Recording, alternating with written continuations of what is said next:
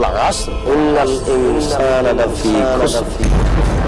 কালের কসম, নিশ্চয় মানুষ ক্ষতির মধ্যে নিমজ্জিত। وأشهد أن محمدا عبده ورسوله أما بعد فأعوذ بالله من الشيطان الرجيم فاعلم أنه لا إله إلا الله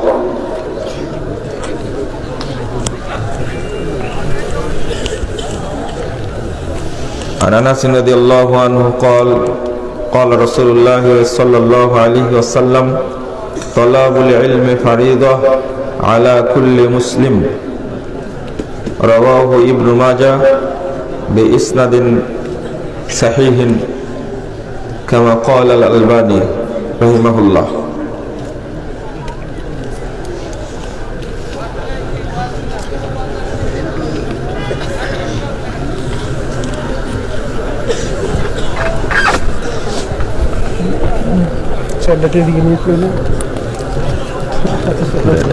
আমার মনে হয় একটু চেয়ারটা এদিকে নিয়ে আসলে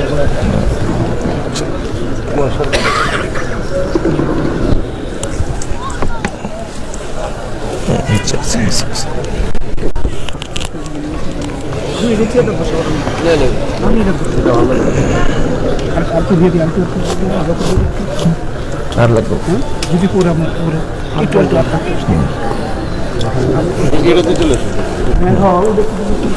ঠিক আছে, ঠিক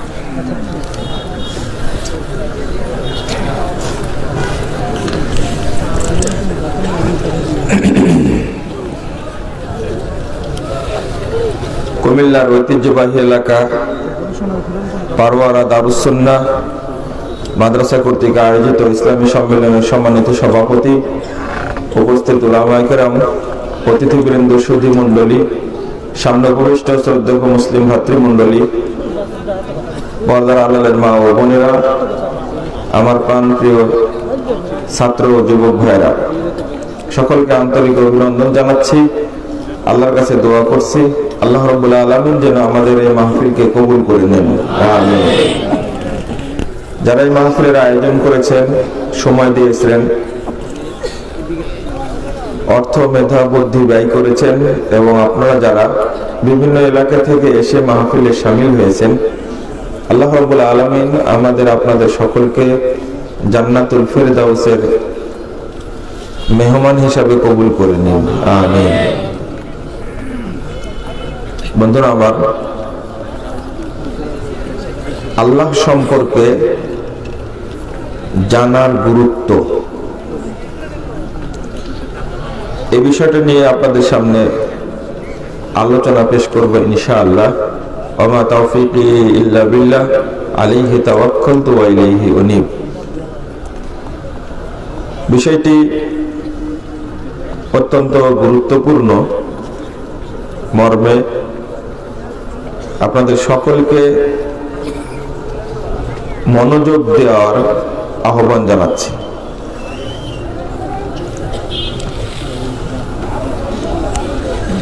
এতক্ষণ আপনাদের সামনে আলোচনা করলেন বাশার বিন হায়াত, জোরালো কণ্ঠে আলোচনা করে গেল। এখন তারা মাঠে আসছে, আমাদের দাড়ি সাদা হয়ে গেছে, আগামীতে তারাই খেদমত করবে ইনশাআল্লাহ, আশা করি। এই বয়সে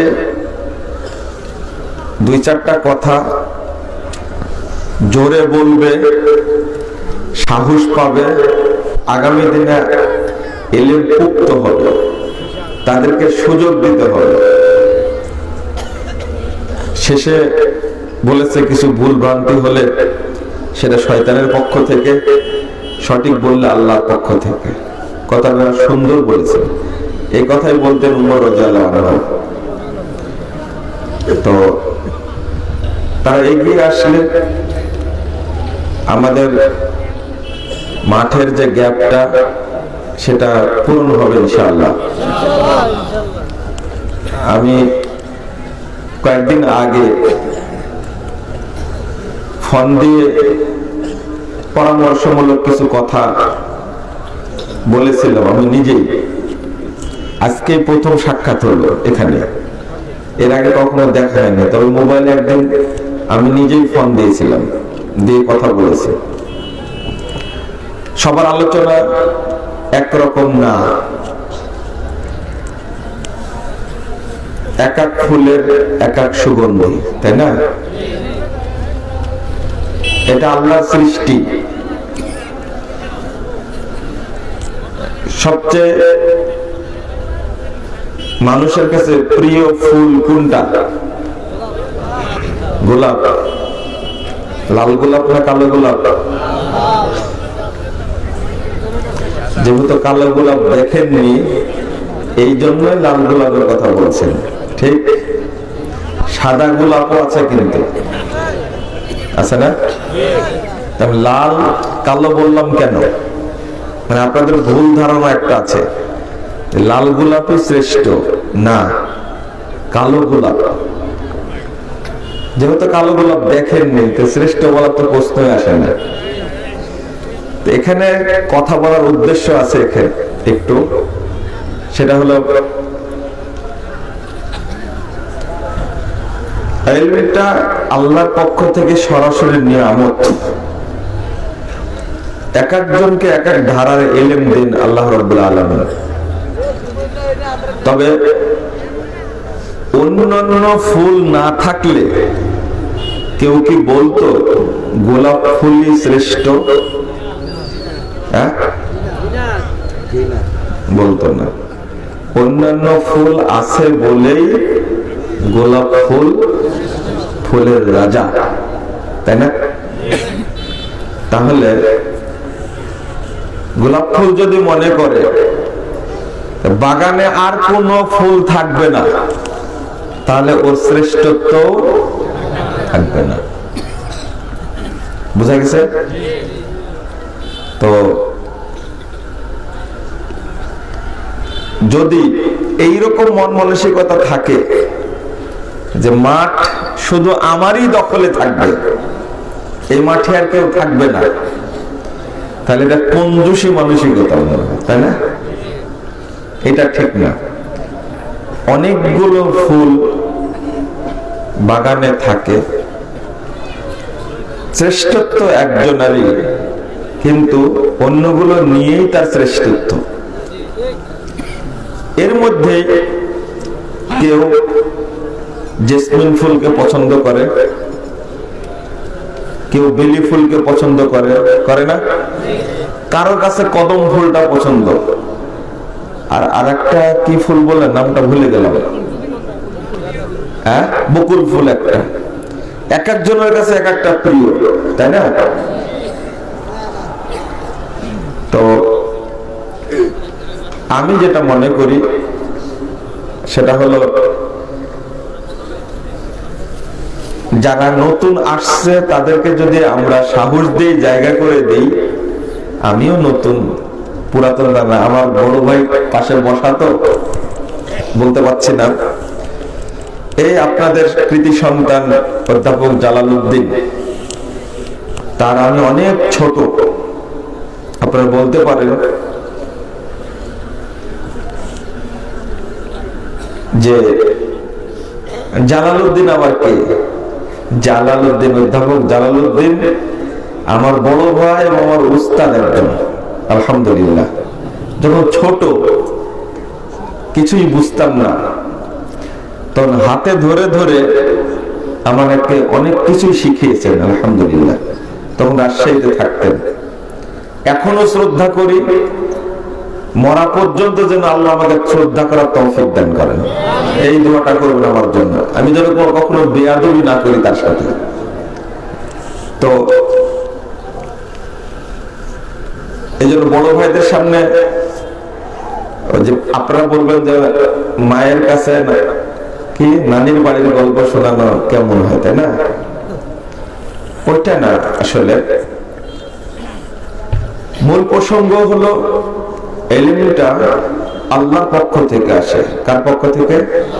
আল্লাহর পক্ষ থেকে। এই ইলমের মধ্যে সবচেয়ে যে সম্পর্কে জানা ফরজ এবং 1 নম্বর ফরজ, তিনি কে?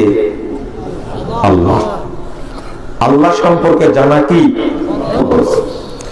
আপনারা দাঁড়ায় আছেন কেন? একটু বসেন। আমি তো আর বাশারের মতো অত জোরে ওয়াজ করতে পারবো না, একটু বসেন। একটু আদব বলি আপনাদেরকে, রাগ করবেন না। এটা ফজিলত আছে, ফজিলতটা আমরা উপলব্ধি করি না। এই যে আসছেন আপনারা, বসেছেন আজকে, তাই না? আলহামদুলিল্লাহ, যাদের আল্লাহ কবুল করেছেন তারাই কিন্তু এসেছেন। 1 নম্বর, এই যে বসে আলোচনা শোনার ফজিলতটা কি? রাসূলুল্লাহ সাল্লাল্লাহু আলাইহি ওয়াসাল্লাম বলছেন, মা জালাসা কওমুন ইয়াযকুরুনাল্লাহ,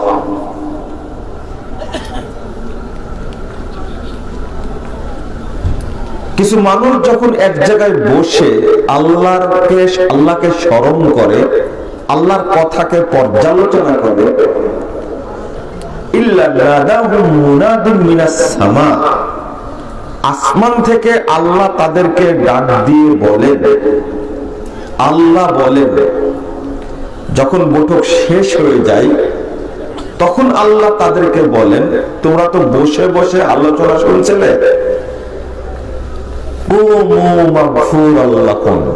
এখন তোমরা উঠে চলে যাও, তোমাদের সবাইকে ক্ষমা করে দেওয়া হয়েছে।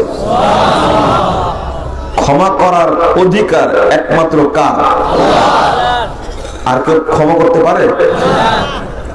আল্লাহ ক্ষমা করতে পারেন।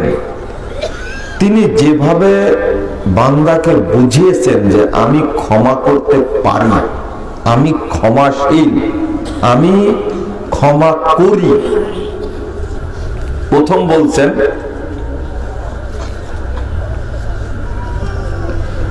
লা তাকনাতু মির রাহমাতিল্লাহ, তোমরা আল্লাহর রহমত থেকে নিরাশ হইও না।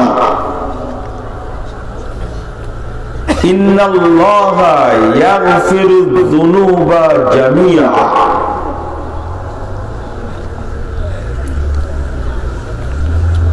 এক ইন্না, এটা হলো তাকিদ। আমি বলতে চাচ্ছি যে ক্ষমা করার অধিকার একমাত্র কার কাছে সংরক্ষিত? আল্লাহর কাছে। আর কেউ? নবী, রাসূল না, ফেরেশতা না। তো আল্লাহ বুঝাচ্ছেন যে আমি ক্ষমা করতে পারি। বাক্যটা এমন ভাবে এসেছে, প্রথম ব্যবহার করছে ইন্না, তারপরে আল্লাহ, ইয়াগফিরুর মধ্যেও আছে আল্লাহ। আয-যুনুব শব্দটা মারিফা, জামিআ শব্দটা আবার তাকিদ নিয়ে আসছে। আবার বলছেন ইন্নাহু হুয়াল গফুরুর রাহিম। আমি আপনাদেরকে আরবি বাক্য না বুঝলে আপনাকে এই বাক্যটা আমি বুঝাতে পারবো না। এতই প্রশান্তি পাওয়া যায় এই বাক্যটা বললে। ইন্নাল্লাহা ইয়াগফিরুয যুনুব, নিশ্চয় আল্লাহ ক্ষমা করেন যুনুব, যত পাপ সব অন্তর্ভুক্ত। আবার এখানে উল্লেখ করেছে জামিআ, আর কিছু বাকি থাকলো না, সব পাপই আল্লাহ ক্ষমা করেন। তাহলে ক্ষমা করার অধিকারটা সংরক্ষণ করেন কে? আল্লাহ। তিনি ঘোষণা করছেন তোমরা এখন উঠে যাও, তোমাদের সবাইকে ক্ষমা করে দেওয়া হয়েছে। তারপরের বাক্যটি আল্লাহ বলেন,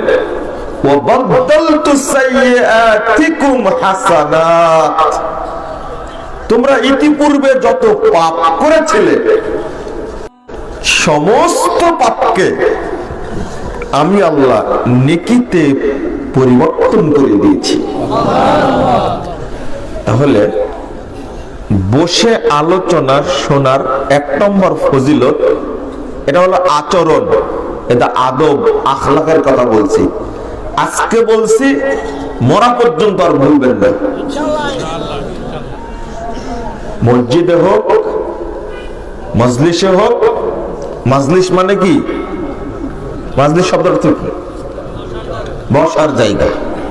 তাহলে বসা, তো বসে আলোচনা শুনলে 1 নম্বর আল্লাহর পক্ষ থেকে ক্ষমা পাওয়া যায়। 2 নম্বর জীবনের যত পাপ সবগুলো কি হয়ে যায়? নেকিতে পরিণত হয়। সবগুলো পাপ কি হয়ে যায়? নেকি হয়ে যায়। সবগুলো পাপ কি হয়ে যায়? নেকি হয়ে যায়। 3, বৈঠক শেষ করার আগেই যদি পড়েন সুবহানাকা আল্লাহুম্মা ওয়া বিহামদিকা আশহাদু আল্লা ইলাহা ইল্লা আনতা আস্তাগফিরুকা ওয়া আতুবু ইলাইক, এইটা যদি কেউ পড়ে উঠে, তাহলে এটা উঠে গিয়ে পড়তে হবে না বসা অবস্থায় পড়তে হবে? আমি আলোচনা শেষ করতেই পারিনি, হয়তো আর 3 সেকেন্ড 5 সেকেন্ড বা সর্বোচ্চ 30 সেকেন্ডের মধ্যে আমি শেষ করব। দোয়াটা পড়ে উঠতে এই 30টা সেকেন্ড আপনার সহ্য হয় না? শয়তানের একটা কৌশল আছে, বলবো কৌশলটা? রাগ করবেন না তো?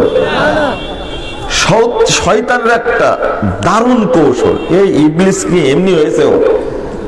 ওর যোগ্যতার বলেই কিন্তু ইবলিস হয়েছে। বিতাড়িত, মারদুদ, ওর যোগ্যতার বলে হয়েছে। যোগ্যতাটা কেন? ওই কথাটা মনে রাখবেন, ভুলে যাবেন না কিন্তু ফজিলতটা। তার আগে বলিনি, জানাজায় কেউ অংশগ্রহণ করলে, জানাজায় কেউ অংশগ্রহণ করলে উহুদ পাহাড়ের মতো এত বড় একটা নেকি পাবে।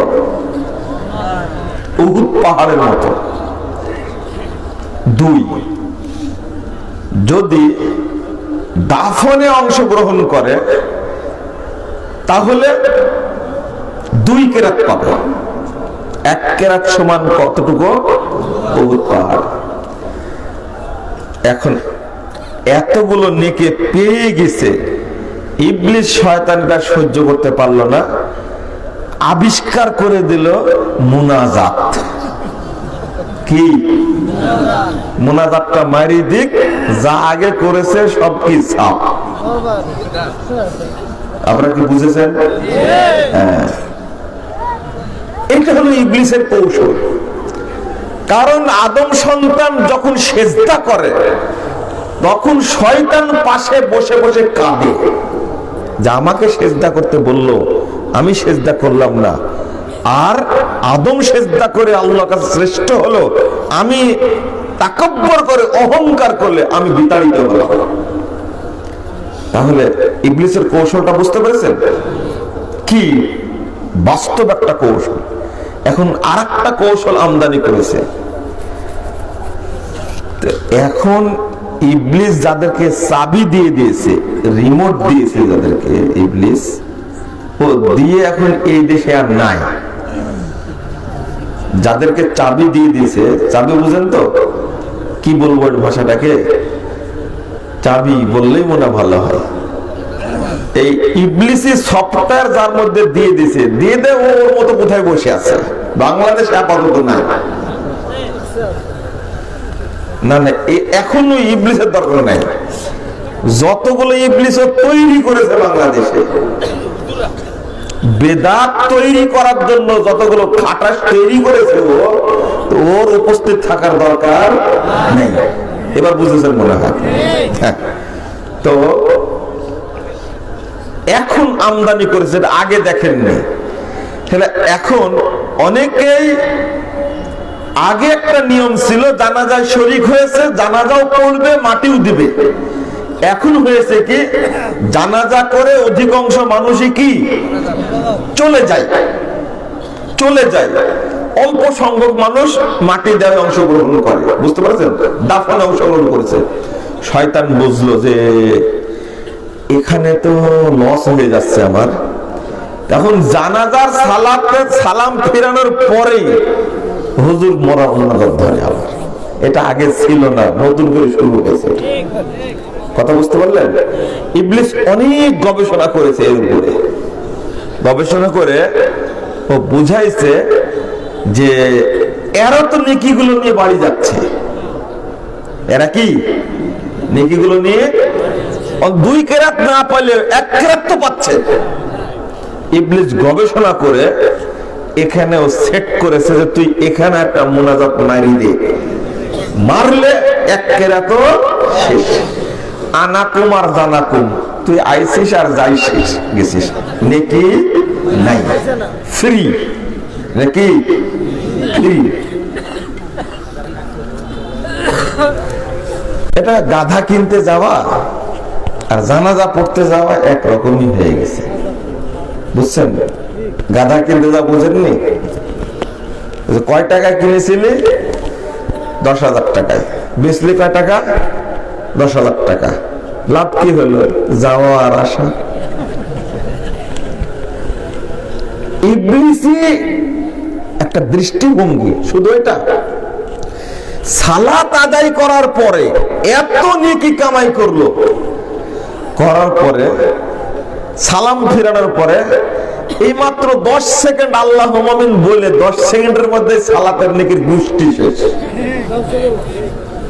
আপনারা রাগ করেন না, বেদাত করলে হ্যাঁ আমলের কোনো অস্তিত্ব থাকে না, একবার সোজা কথা। এই জন্য বেদাতি শরীয়তের দৃষ্টিতে এত খারাপ, এত খারাপ, এত খারাপ যে বেদাতির কোরআন তেলাওয়াত শোনাটাও নাজায়েজ। বক্তা এত সুন্দর তেলাওয়াত করছে কিন্তু শোনা যাবে না। আপনি বলেন যে নতুন ফতোয়া মানলেন কেন? কোরআন শোনা যাবে না? জি, কোরআন কালামুল্লাহ, যদি বেদাতি পাঠ করে তার তেলাওয়াত শোনা যাবে না।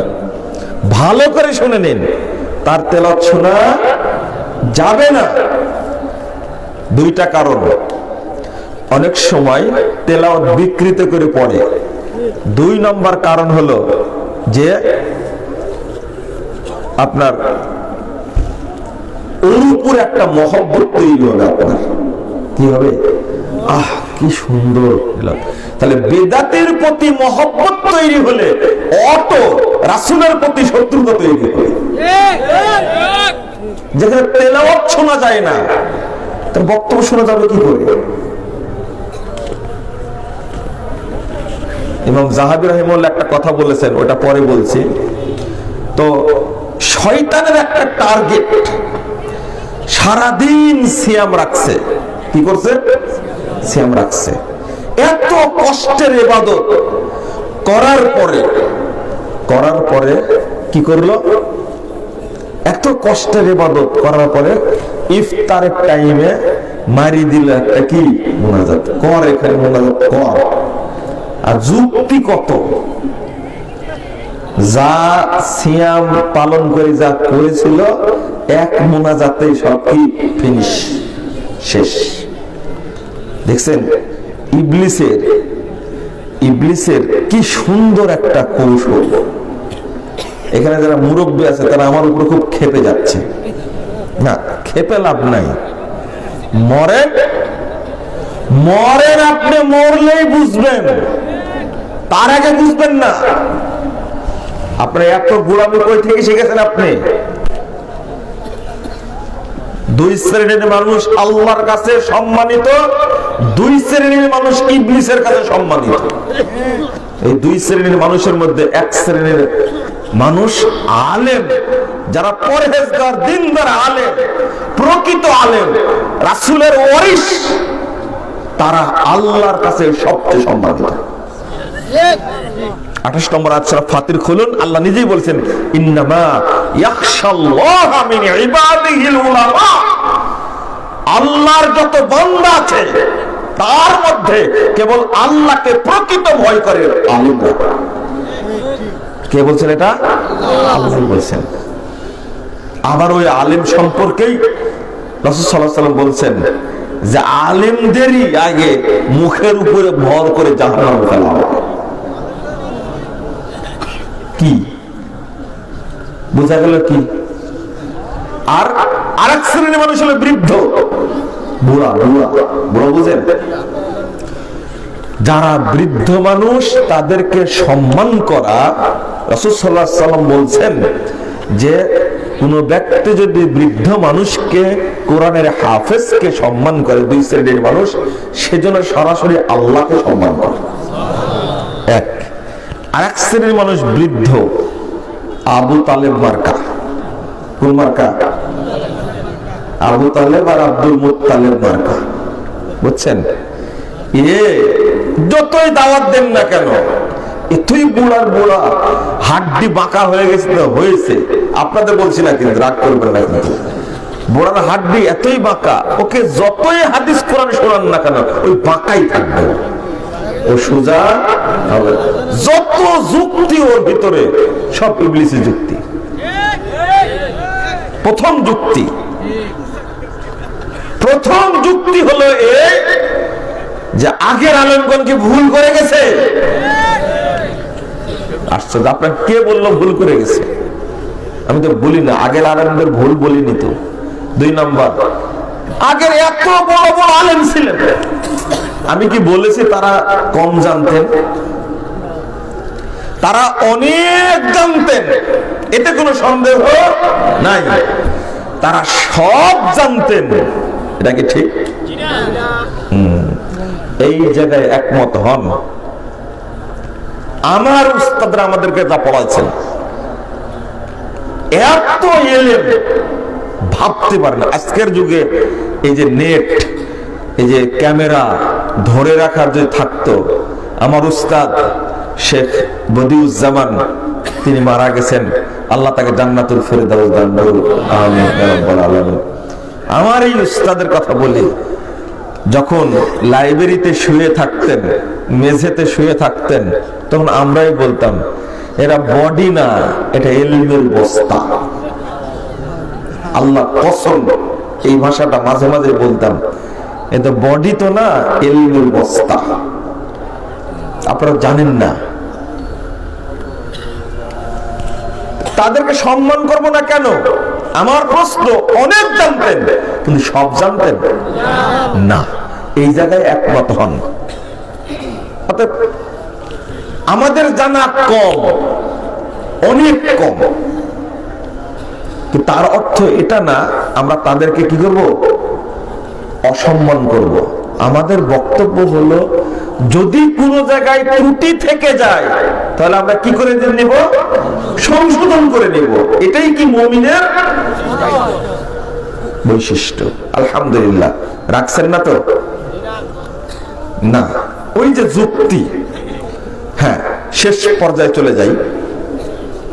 যেটা বলছিলাম, এই জায়গায় এই যে বক্তব্যটা শুনে যখন শেষ হয়ে গেছে, আপনাদের নেকিটা যেন আপনারা না পান, শয়তান একটা খোঁচা মারে এই জায়গায়। কি মারে? খোঁচা মারে। আপনার মনের মধ্যে কি করে? খোঁচা মারে। খোঁচা মারে, উঠ, এখন উঠ। দোয়া পড়া শেষই হয়নি, কিন্তু আর এক শ্রেণীর যারা আছে তারা মুনাজাত তো মারবে, আপনারা তার মারবেন না। ওরা যে এতক্ষণ মাগরিব থেকে নিয়ে রাত 12টা পর্যন্ত ওয়াজ শুনলো, ভালো একটা মজলিস শেষে মারিয়ে দিল এক মুনাজাত, যা অর্জন করেছিল সব কি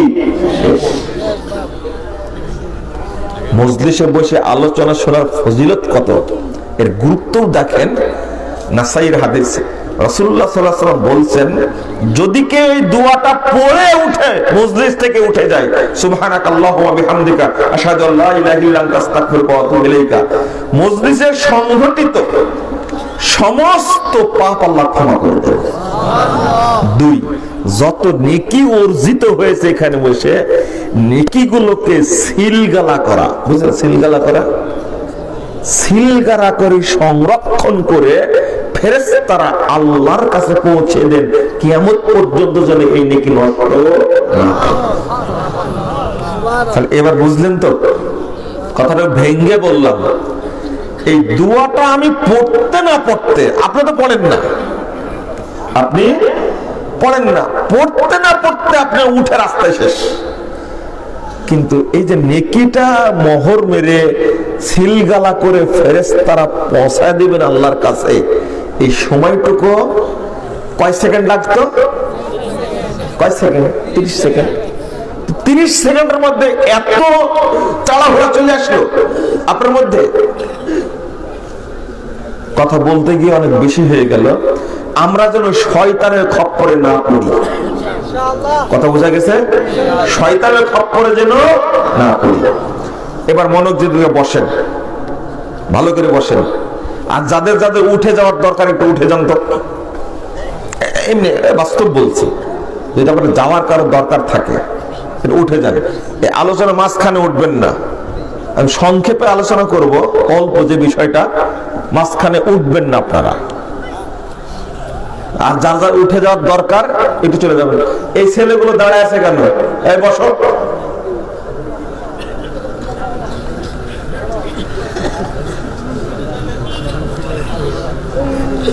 এখানে থাকার প্রয়োজন নাই যদি না বসতে চান। আমি বলেছি বসেন। আমি যে বিষয়টা আজকে আলোচনা করব, আল্লাহ সম্পর্কে জ্ঞান লাভ করার কি গুরুত্ব বলেছি না? আল্লাহ যেন আমাদের বুঝার তৌফিক দান করেন। আল্লাহ রাব্বুল আলামিন বলেন, ইকরা বিসমি রাব্বিকাল্লাযী খালাক। পড়ুন আপনার প্রভুর নামে যিনি সৃষ্টি করেছেন। এক, তাহলে পড়তে হবে আল্লাহকে চেনার জন্য, তাই না? আল্লাহকে চেনার জন্য।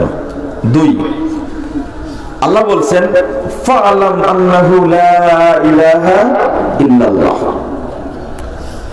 সূরা মুহাম্মদ 19 নম্বর আয়াত। আপনি জানুন, জেনে নিন আল্লাহ ছাড়া প্রকৃত কোনো মাবুদ নেই। এখানে দেখেন, লা ইলাহা ইল্লাল্লাহ রব হিসাবে মেনে নিয়েছে একমাত্র কাকে? আল্লাহকে। আমি শিরিক মুক্ত হৃদয়ে বলছি লা ইলাহা ইল্লাল্লাহ। আমি জান্নাত চাই, আমি জান্নাতুল ফেরদাউস চাই। আল্লাহ তুমি কবুল করো, আমিন। তো এখানে ভেজাল জানা আর শুদ্ধতা জানা, এই জ্ঞানটা খুব জরুরি। আপনি আলোচনাটা শুনবেন না কেন? নাম্বার ওয়ান, যে লা ইলাহা ইল্লাল্লাহ, ইলাহ, ইলাহ মানে মাবুদ। কি ইলাহ মানে? মাবুদ। ইলাহটাকে আল্লাহ মালুক, যার ইবাদত করা হয়। উপাসনা বলবেন না কখনো। কি আল্লাহ ছাড়া কোনো উপাস্য নাই, এই ভাষাটা বলবেন না। কি বলবেন? বলেন, আমার সাথে বলেন না। আপনার মনে আলোচনা ভালো লাগছে না? ওয়াজ শুনেন, এটা আলোচনা শুনেন। আজকে আমার সাথে বলেন, আল্লাহ ছাড়া সত্য কোনো মাবুদ নাই। ইলাহ মানে কি? ইলাহ মানে কি? মাবুদ। মাবুদ এইটা বলা শিখতে হবে। মাবুদ নাই, উপাস্য নাই। আমরা উপাসনা করি না, উপাস্য বলে কিছু নাই। মাবুদ আছেন, তিনি আছেন সপ্তম আসমানের উপরে। এখন যেটা ঘটনা ঘটছে, আচ্ছা মাবুদ কেন? আল্লাহ রাব্বুল আলামিন আল্লাহকে পরিচয় করেছেন নিজেই, ইলাহটাকে পরিচয় করেছেন মাবুদ বলে। সব জায়গাতে ওমা উমিরু ইল্লা লিয়াবুদুল্লাহ মুখলিসিনা লাহুদ্দিন লিয়াবুদু। তারপরে লাকাদ বাআসনা ফি কুল্লি উম্মাতিন রাসূলা আন ইবুদুল্লাহ ওয়াজতানিবুত তাগুত। ইয়্যাকা না'বুদ ওয়া ইয়্যাকা নাস্তাঈন। ইয়্যাকা না'বুদ, এই ইবাদত দ্বারা এখান থেকেই মা'বুদ। তো এক শ্রেণীর মানুষ এইটার অনুবাদ করেছে কি জানেন? অনুবাদ করেছে লা ইলাহা ইল্লাল্লাহ মানে লা মাওজুদা ইল্লাল্লাহ। বলেন আমার সাথে, লা মাওজুদা ইল্লাল্লাহ এক। আরেকটা বলে লা মাকসুদা ইল্লাল্লাহ, মাফি কলবি গায়রুল্লাহ, লা মাহবুবা ইল্লাল্লাহ। তারপর বলছে নূর মুহাম্মদ সাল্লাল্লাহ। এই যে কথাগুলো শুনলেন তো? আমি কেন বললাম যে আল্লাহ সম্পর্কে জানাটা আগে জরুরি? কারণ হলো আল্লাহর উদ্দেশ্যে সিজদা করি, কিন্তু ওই আল্লাহকে চিনি না। আমরা অনেকে আছে আল্লাহকে চিনি না। কেন কেন চিনি না? আল্লাহকে না চিনে ইবাদত করলে কবুল হবে? চিনি না, আশ্চর্য। আর এই নেটওয়ার্কটা তৈরি করেছে এমন ভাবে বাংলাদেশে, মানুষ যেন লা ইলাহা ইল্লাল্লাহ অর্থটাই বিকৃত করে।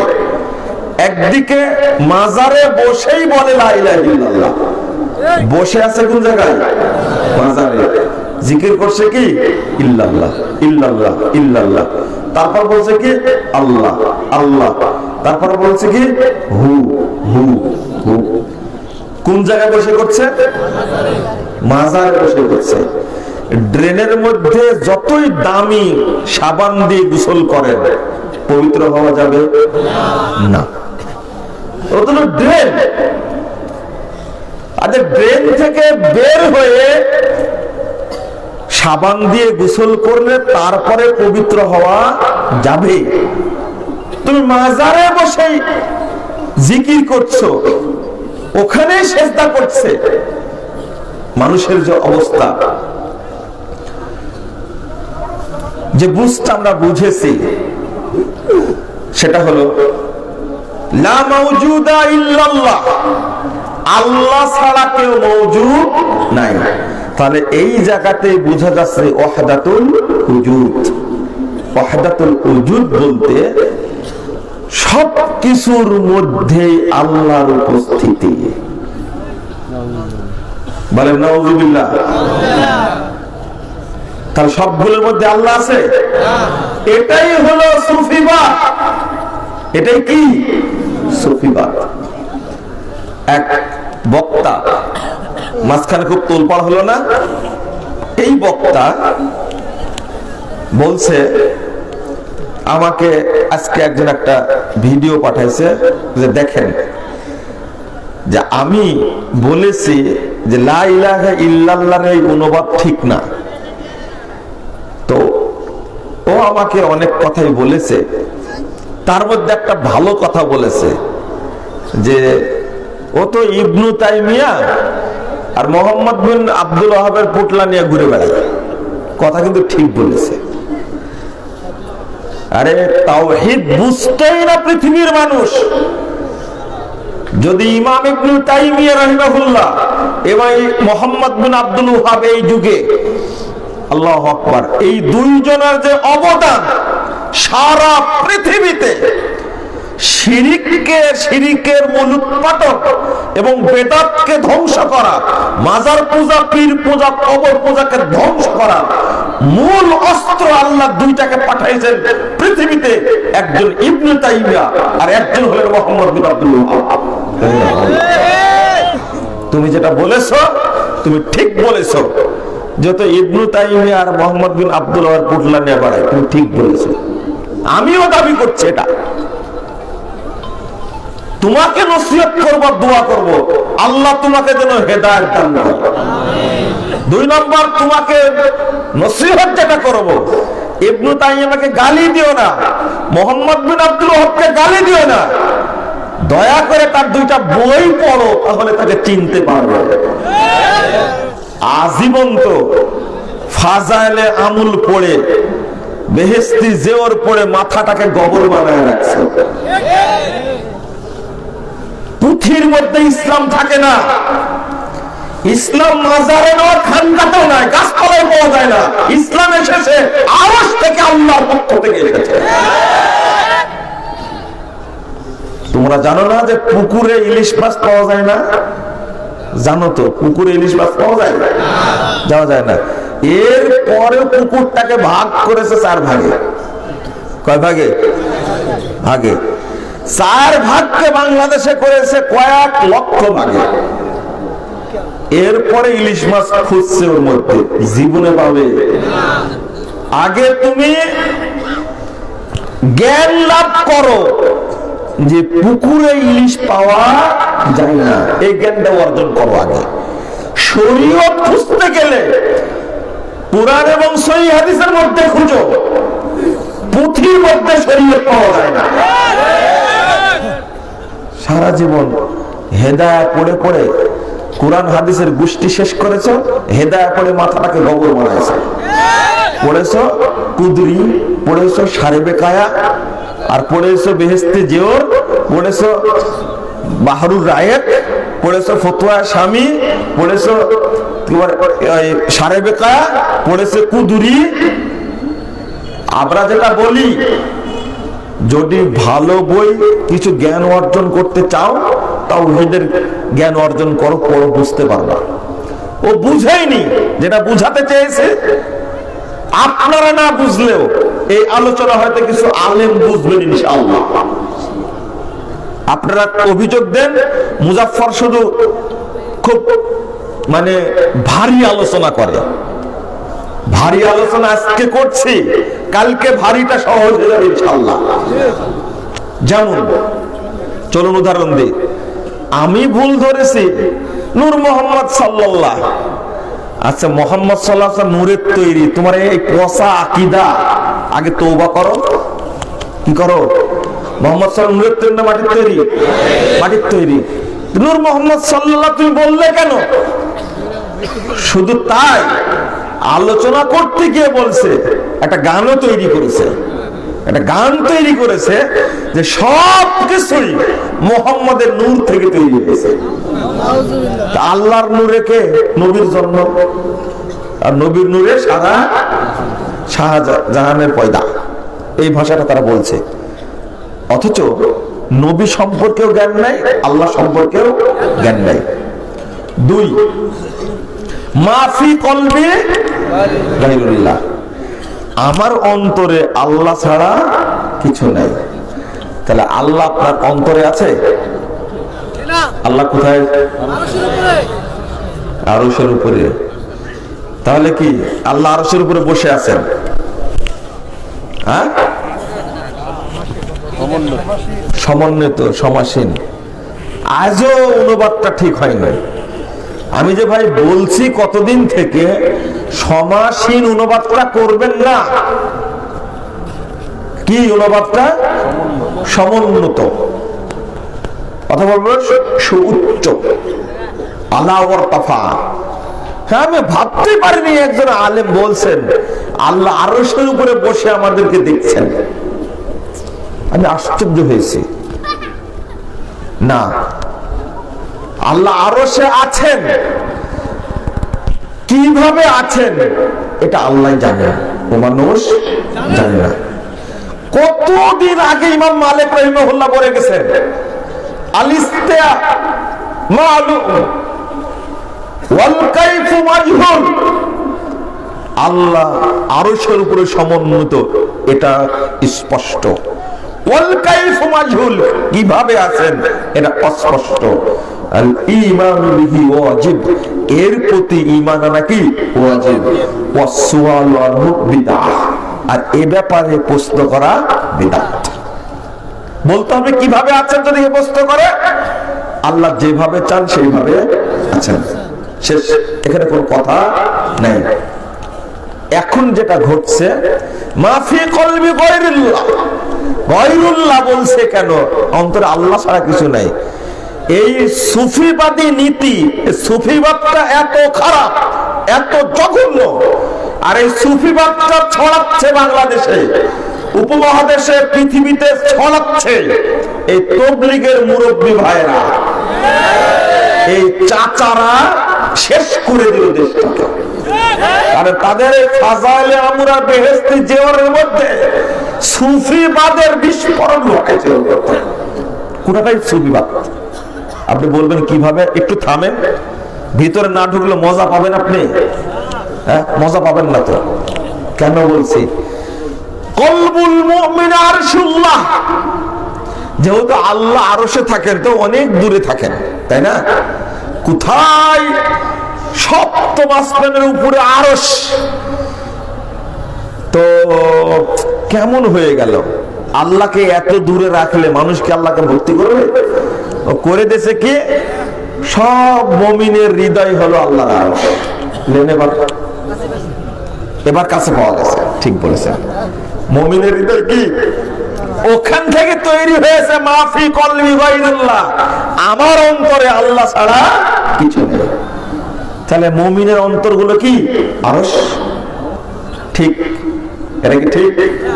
টাটকা মিথ্যা কথা। এটা জাল হাদিস তৈরি করেছে। আরেকটা জাল হাদিস, আল কলবু বাইতুর রব, অন্তর হলো রবের ঘর। পৃথিবীতে যত জিনিসের অন্তর আছে সবার মধ্যে আল্লাহ আছে। তার বাংলা অনুবাদ হলো যত কল্লা তত আল্লাহ, তাই না? নাউজুবিল্লাহ পড়ছেন না আপনারা? ছি ছি ছি। তাহলে এই ভাষাটাও ভুল। কুত্তারও কি আছে? অন্তর আছে। শুয়োরেরও অন্তর আছে, বানরেরও অন্তর আছে, গরুরও আছে, ছাগলেরও আছে, মানুষেরও আছে। তাহলে মানুষের মধ্যে শ্রেণী আছে না? কাফের, মুশরিক, বেদিন, মুসি, মুশরিক, সবাই মানুষ, তাই না? অন্তর আছে সবার মধ্যে। তাহলে সবার অন্তরে কি আছে? আচ্ছা, এত বড় অপবাদ আল্লাহর উপরে, আল্লাহকে সহ্য করবে? হ্যাঁ? তাহলে তুমি মুসলিম হয়ে কি করলে? এই জ্ঞানটা অর্জন করলে না তুমি। আমার মধ্যে, আমার অন্তরে আল্লাহর ভীতি আছে, আমার মধ্যে আল্লাহ আছে, তুমি বললে কি হবে এটা? মানে আল কলবু বাইতুর রব, অন্তর হলো আল্লাহর ঘর, আল্লাহর কাছে নিয়ে চলে আসছে। এরপরে চলেন, মনোযোগ দিয়ে শুনেন, এটা শুনাই লাগবে। খালি ওয়াজ শুনবেন, চিল্লা চিল্লা ওয়াজ করবো, এটা শুনবেন, বুঝবেন না কিছু। এক, আল হুলুল ফিল্লাহ, মানুষ আল্লাহর মধ্যে বিলীন হয়ে যায়। আর একটা হলো ফানা, একটা হলো ফানা ফিল্লাহ, আর একটা হলো আল হুলুল ফিল ইনসান। আল্লাহ মানুষের মধ্যে বিলীন হয় আর মানুষ আল্লাহর মধ্যে বিলীন হয়। দুটা কথা কি ঠিক? দুটাই কি মিথ্যা, দুটাই কি মিথ্যা। এটা ছিল মানসুর হাল্লাজের আকীদা। মানসুর হাল্লাজের আকীদা আমাদের মধ্যে চাপায় দিচ্ছে। আপনারা যে মূর্তি নিয়ে যা শুরু করেছেন, আরে বাপের মূর্তিটাকে ভাঙবো না। ভাঙবো না কেন? বাপের মূর্তি ভাঙলে তো ব্যবসা চলবে না। চলবে? হ্যাঁ, ব্যবসা চলবে না। তোমার বাপের কবরটাকে মাজার বানায় কোটি কোটি মানুষ সেখানে সেজদা দিচ্ছে, গরু দিচ্ছে, ছাগল দিচ্ছে, টাকা দিচ্ছে, পয়সা দিচ্ছে। তুমি আগে বাপের কবর ভাঙবো, মাজার ভাঙবো আগে তুমি। ভাঙবো না কেন? ব্যবসা চলে যাবে, তাই তাই না? পকেট খালি হবে। তুমি কিসের চিৎকার করো? আগে ওই আকীদা চেঞ্জ করো। বইগুলো আগে পুরাও। বাপ যে বইগুলো লেখে, বইগুলো পুরাও আগে। আশেক মাসুক ভাইদে মারেফত বই বাপ লিখে গেছে না, ওগুলো করে পুরাও। কারণ ওর মধ্যে লেখছে কি? মানসুর হাল্লাজের কথা। মানসুর হাল্লাজ বলছে যে তুমি আমি, আমি তুমি, আমার আর তোমার মাঝে কোনো পার্থক্য নাই। আস্তাগফিরুল্লাহ। আনাল হক, আনাল হক, আমি আল্লাহ, আমি আল্লাহ, আমি আল্লাহ। তওবা তওবা, নাউযুবিল্লাহ। মানসুর হাল্লাজ বলছে নাহনু রূহান, আরে আমরা দুইজন তো দুইটা রূহ, হাল্লালনা বাদানান, এখন এক দেহের মধ্যে আমরা শামিল হয়ে গেছি। আস্তাগফিরুল্লাহ। যদি আল্লাহ মানুষের মধ্যে আর মানুষ আল্লাহর মধ্যে বিলীন হয়ে যায়, দুইটার মধ্যে কোনো পার্থক্য থাকে? কোথায় মাবুদ? সপ্তম আসমানের উপরে, আরশের উপরে। আর কোথায় আব্দ, বান্দা কোথায়? সপ্তম আসমানের নিচে। এক আসমান থেকে আরেক আসমানের দূরত্ব কত বছর? 500 বছর। কোথায় দুইটা কি করে দিয়েছে? এক করে দিয়েছে। লা হাওলা ওয়ালা কুওয়াতা ইল্লা বিল্লাহ। আস্তাগফিরুল্লাহ। আর এটাই তো বুঝাতে গেছি, আক্রমণ করার উদ্দেশ্য হলো যদি এটা জাতিকে বুঝানো যায় কোন একজন মানুষও কুত্তাকে খাবার দিবে কিন্তু মরা পীরকে খাবার দিবে না। ওরা ইতিমধ্যে বুঝতে পেরেছে যে আলোচনা শুরু করেছে মানুষ আর কি মাজারে আসবে না। 3 রাতের ওরস করেছে, 7 কোটি টাকা ইনকাম, কোনো ট্যাক্স লাগে না। আর যেখানে যারা টাকা দেয়, যারা আল্লাহকে বুঝে না, চিনে না, এদেশের বড় বড় এলিট শ্রেণীর টাকাওয়ালা দুর্নীতিবাজ ব্যবসায়ী, সরকারের বড় বড় আমলা সারা বছর 100 কোটি টাকা দুর্নীতি করে, আর ওরুসের দিনে পীরের দরগায় 1 কোটি টাকা দিয়ে আসে। এই ইবলিসরাই মাজার পূজাকে এখনো টাকা রাখছে। এদের কারণে প্রতিদিন কোটি কোটি মানুষ ঈমান হারা হচ্ছে, মুশরিক হয়ে যাচ্ছে। ওরা আল্লাহ সম্পর্কে জানে না। ওদেরকে বললেই ওই টাকাওয়ালা সরকারি আমলা, বড় বড় দুর্নীতিবাজ, আত্মসৎকারী কোন না কোন পীরের মুরিদ হয়ে বসে আছে। আর এরা কিচ্ছু পড়বে না, আল্লাহ সম্পর্কে জানবে না। এদেরকে বললেই বলবে ইমামের উপরে দিয়ে ভর, বিসমিল্লাহি আল্লাহু আকবার। তওবা তওবা। তুমি সব জানো। এক বড় চোর মারা গেছে, একটা বড় চোর মারা গেছে। কি করছে জানেন? ও যে পীরের মুরিদ ছিল, বুঝছেন, ওই পীরের দরগায়, ওই পীরের দরগায় 200 গরু দান করেছে। কয়শো গরু? ওর মুরিদান যত আছে সবাই খাওয়ার জন্য। চিন্তা করতে পেরেছেন আপনি? 200 গরু দান করা। ও যেমন চোর কোটি কোটি টাকা চুরি করেছে, সব দেশের সম্পদ, তাই না? কাল কিয়ামতের মাঠে একটা একটা করে নেওয়া হবে। এখনো জবাব দিচ্ছে আল্লাহর কাছে। শুরু হয়ে গেছে। তুমি আল্লাহকে চিনোনি, কিন্তু তুমি সব জানতে।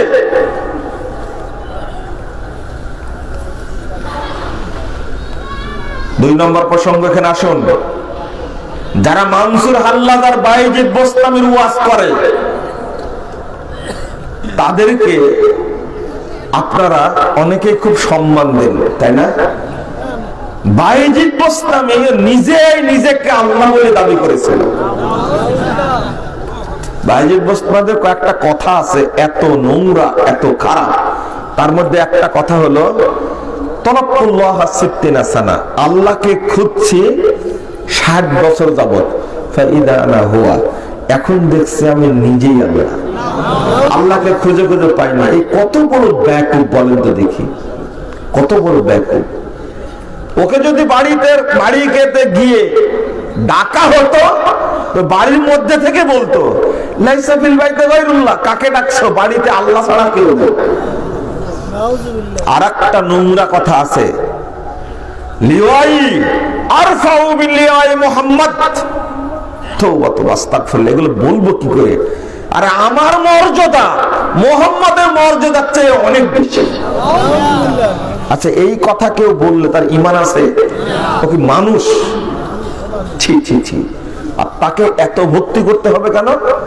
বায়েজিদ বোস্তামী জীবনেও বাংলাদেশে আসেনি।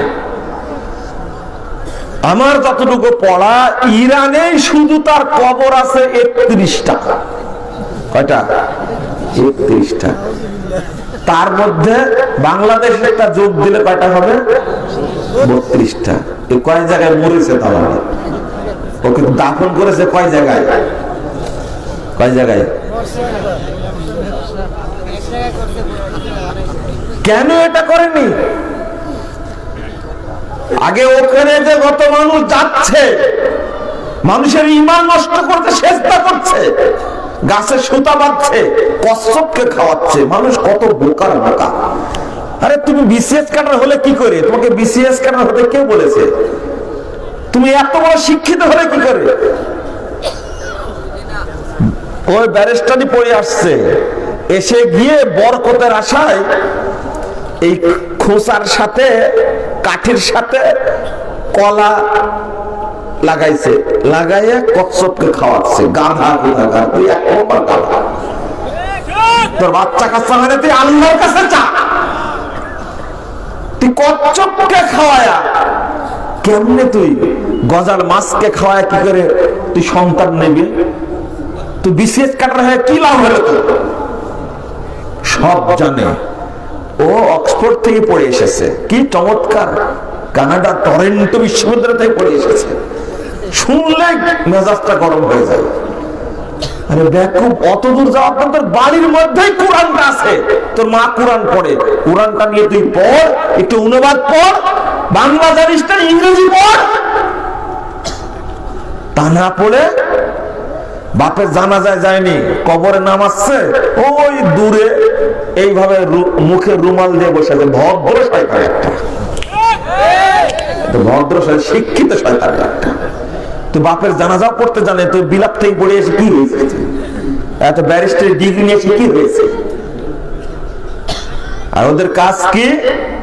আপনি কি বলবো, ও আল্লাহ সম্পর্কে ধারণা অর্জন করবে কি করে, জানবে কি করে?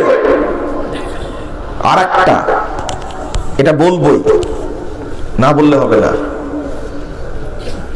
ইবনুল আরাবী এক বদ মানুষকে শেষ করে ফেলেছে। মানুষকে কি করে ফেলেছে? শেষ করে ফেলেছে, আকীদা নষ্ট করে ফেলেছে। ইবনুল আরাবী বলছে, ইন্নার রিজাল ইজা ইউজাজিউ জাওজাতাহু ইন্নামা ইউজাজিউল হাক্কা। যখন কোন মানুষেরা যখন তার স্ত্রীর সাথে মিলন করে, সে যেন আল্লাহর সাথে মিলন করে। কারণ স্ত্রী তো আল্লাহ, নিজেও কি আল্লাহ। যেহেতু বিলীন হয়ে গেছে, বুঝেননি কথা, যেহেতু কি হয়ে গেছে, বিলীন হয়ে গেছে আল্লাহ। আস্তাগফিরুল্লাহ, আস্তাগফিরুল্লাহ। এখন তারই ভক্ত নাবলুসি লিখতে গিয়ে লিখছে, ব্যাখ্যা দিচ্ছে, ইন্নামা ইয়ানকিহুল হাক্কা। আরে এর অর্থ হলো সরাসরি আল্লাহর সাথে সহবাস করে, আল্লাহর সাথে মিলন করে। এবার কি করার দরকার? এটাই হলো সুফিবাদী আকীদা, বাংলাদেশের এটাই চালাচ্ছে। আর যারা কোয়ান্টাম মেথডে বিশ্বাস করে, এই শিক্ষিত চোরগুলো, আমি চোরই বলবো, দেশের সম্পদ চুরি করে চোর না, এই শিক্ষিত চোরগুলো কোয়ান্টাম মেথডে এই এদের পরিচালিত ফাউন্ডেশনে গিয়ে মেডিটেশন করে। কোয়ান্টাম মেথড হলো শয়তানের কারখানা। আমি শিক্ষিত ভাইদেরকে বলছি, আজকেই তওবা করুন, আপনার ঈমান নেই। যারা কোয়ান্টামের দেওয়া পদ্ধতিতে মেডিটেশন করে, তাদের ঈমান নেই, ঈমান শেষ। আরে মুহাম্মদুর রাসূলুল্লাহ সাল্লাল্লাহু আলাইহি ওয়াসাল্লাম তিনি দেখিয়ে গেছেন ইবাদত কিভাবে করতে হবে, তোমার কাছে শিখা লাগবে না। কয়েকদিন আগে এক ডাক্তারের কাছে গেছিলাম, সেখানে তিনি একটা কথা বললেন, এত চমৎকার, একজন ব্যক্তিকে শিক্ষা দিচ্ছেন, আমার এত ভালো লেগেছে, এত ভালো লেগেছে। শিক্ষা দিচ্ছেন যে আপনি যখন কোনো কাজ করছেন না, চুপচাপ আছেন, তখন 4টা বাক্য বেশি বেশি বলবেন। এত ভালো লাগলো। একটা হলো সুবহানাল্লাহ, আলহামদুলিল্লাহ, লা ইলাহা ইল্লাল্লাহু, আল্লাহু আকবার। তো আমি বুঝলাম যে এখানে বেদাত আক্রমণ করতে পারেনি। মানে এখানে গান যে তৈরি করছে সুবহানাল্লাহ, আলহামদুলিল্লাহ, তারপরে কি আপনারা জানেন, মানে আপনারা বলেন, তাই না? এই যে 3টা বললো, আর একটা কই? শেষে আল্লাহু আকবার বলে না। এই বাক্যটাকে হয় তৈরি করেছে, না হলে ছাঁটাই করেছে, ঠিক না? আল্লাহু আকবার বাদ দিয়ে দিছে। তো উনি শিক্ষা দিচ্ছেন যে আপনি এই দোয়াটা বেশি বেশি পড়বেন। এটাই হলো আল্লাহকে স্মরণ করার বড় মাধ্যম। আমি বললাম যে এই বেটাকে হাদিসটা শিখালো কে? সহিহ মুসলিমের হাদিস কিন্তু এটা, আফজালুল কালাম ইনদাল্লাহ, আল্লাহর কাছে শ্রেষ্ঠ উত্তম কালাম বাক্য 4টা, সুবহানাল্লাহ, আলহামদুলিল্লাহ, লা ইলাহা ইল্লাল্লাহু, আল্লাহু আকবার। এটা শিক্ষা দিচ্ছে যে আপনি এইটা বলবেন, নিজে নিজে বলতে থাকবেন, দেখবেন আপনার অন্তরটা প্রশান্তি পাবে। আলহামদুলিল্লাহ। তো এদের তো মেডিটেশন কেউ নেই। গভীর রাত্রে ওযু করে 2 রাকাত সালাত আদায় করে এবার আল্লাহকে বলেন, চোখের পানি ফেলেন, অন্তর ঠান্ডা হবে না? হবে। আরে মেডিটেশন মহাজাতক বুখারী, এর কাছ থেকে শিখতে হবে আমাকে। কোন বিপদে পড়েছে মানুষ, বর্তমান বাংলাদেশের মানুষ। আর আত্মিক প্রশান্তি পাওয়ার জন্য আমি চ্যালেঞ্জ করছি, মুহাম্মদ সাল্লাল্লাহু আলাইহি ওয়াসাল্লামের সৃষ্টির পৃথিবীতে আসার 2500 বছর পূর্বে সক্রেটিস চেষ্টা করেছে মানুষকে শান্তি দেওয়ার, পারেনি। প্লেটো চেষ্টা করেছে, পারেনি। অ্যারিস্টটল চেষ্টা করেছে, পারেনি। তারা নিজেরা থিওরি দিয়েছে। সক্রেটিস থিওরি দিল নো ডাইসেলফ বলে দিল নিজেকে চিনো। অ্যারিস্টটল ঠিক একই থিওরি দিল যে সুস্থ দেহের মধ্যে সুস্থ একটা আত্মা চাই। তারা নিয়ে আসতে পেরেছিল সুস্থ আত্মার উন্মোচন করেছেন মুহাম্মদুর রাসূলুল্লাহ সাল্লাল্লাহু আলাইহি ওয়াসাল্লাম। আগে তার কাছে যাও। আর আজকে হিন্দু, বৌদ্ধ, খ্রিস্টান, মুসলিম সব মিলে এক জায়গায় করে মানুষের আত্মার প্রশান্তি দিতে চাচ্ছে কোয়ান্টাম মেথড। এটা চলবে না। আর এইটা চাপায় দিয়েছে কারা? তবলিগের ভাইয়েরা সুফিবাদ চাপা দিচ্ছে কাদের উপরে? মুসলিমদের উপরে। নাউজুবিল্লাহ, আস্তাগফিরুল্লাহ, আস্তাগফিরুল্লাহ। আল্লাহকে চিনার জন্য আপনার প্রস্তুতি থাকতে হবে। আল্লাহ বলছেন ফা'লাম আন্নাহু লা ইলাহা ইল্লাল্লাহ। আল্লাহকে চিনেন। যতক্ষণ আল্লাহকে না চিনবেন ততক্ষণ ইবাদত করে প্রশান্তি পাওয়া যাবে না, প্রশান্তি পাবেন না আপনি। এখানে আরেকটা জিনিস যোগ করতে হবে। সেই যোগটা হলো যে জানবেন কোন পদ্ধতিতে, আল্লাহ সম্পর্কে জানবেন কিভাবে। প্রথমত আল্লাহ রাব্বুল আলামিনের যে প্রদত্ত যে জিকির গুলো আছে, এই জিকির গুলো আপনাকে বেশি বেশি বলতে হবে। সেটা হতে পারে সুবহানাল্লাহ, হতে পারে আলহামদুলিল্লাহ, আল্লাহু আকবার। তবে নবী রাসূলদের বাক্য যেটা, সেটা হলো আশহাদু আল্লা লা ইলাহা ইল্লাল্লাহু ওয়াহদাহু লা শারীকা লাহু ওয়া আশহাদু আন্না মুহাম্মাদান না লা ইলাহা ইল্লাল্লাহু লা ইলাহা ইল্লাল্লাহু ওয়াহদাহু লা শারীকা লাহুল মুলকু ওয়া লাহুল হামদু ওয়া হুয়া আলা কুল্লি শাইইন কাদির। এই দুআটা যে ব্যক্তি যত বেশি বলবে, কাল কিয়ামতের মাঠে ওই ব্যক্তি তত মর্যাদার অধিকারী হবে। কথা বোঝা যায় কেন? এই বাক্যটার মধ্যে ওয়াহদানিয়াত আছে, আল্লাহর একত্ব প্রকাশ পেয়েছে এই বাক্যের মধ্যে। আর এই দোয়াটা শুধু একজন নবীর না, পৃথিবীতে যত নবী রাসূল এসেছিলেন সব নবী রাসূলের বাক্য হলো এটা। তাহলে এই বাক্যটা একটু বেশি করে পড়তে পারবেন ইনশাআল্লাহ। এক আরেকটা, রাদিতু বিল্লাহি রাব্বা ওয়া বিল ইসলামি দীনা ওয়া বি মুহাম্মাদে নাবিয়্যা, এটা পড়তে পারবেন ইনশাআল্লাহ। এর ফজিলতটা কি? রাসূলুল্লাহ সাল্লাল্লাহু আলাইহি ওয়াসাল্লাম বলেছেন, যে ব্যক্তি এই বাক্যটা বলবে ওয়াজাবাত লাহুল জান্নাহ, তার জন্য জান্নাত ওয়াজিব হয়ে যাবে। তাহলে আমরা একটা বিষয় বলতে গিয়ে জানার বিষয়টা যেটা বলছিলাম সেটা হলো, আপনারা তো পড়বেন না, প্রবলেমটা হলো কি পড়বেনও না, প্রশিক্ষণে অংশগ্রহণ করবেন না। দুই, আসর থেকে মাগরিব পর্যন্ত, মাগরিব থেকে এশা পর্যন্ত একটা হালাকা হচ্ছে, এটা তাওহীদের উপরে মনে করেন আপনারা অংশগ্রহণ করবেন না। সবচেয়ে বড় সমস্যা বর্তমানে এটা। বই লেখার কথা বলেছি, বই পড়েন, ওটা তো সময়ই নাই। আপনার সময় আছে? সময় নাই। শুধু আকীদাটাকে সংস্কার করার জন্য, তাওহীদটা বুঝার জন্য প্রথম বই ভ্রান্ত আকীদা বনাম সঠিক আকীদা, এটা মানুষের সামনে দিলাম। দেওয়ার পরে মনে হলো যে মানুষ মনে হয় বুঝতেছে না, মানে পড়ছে না মনে হলো।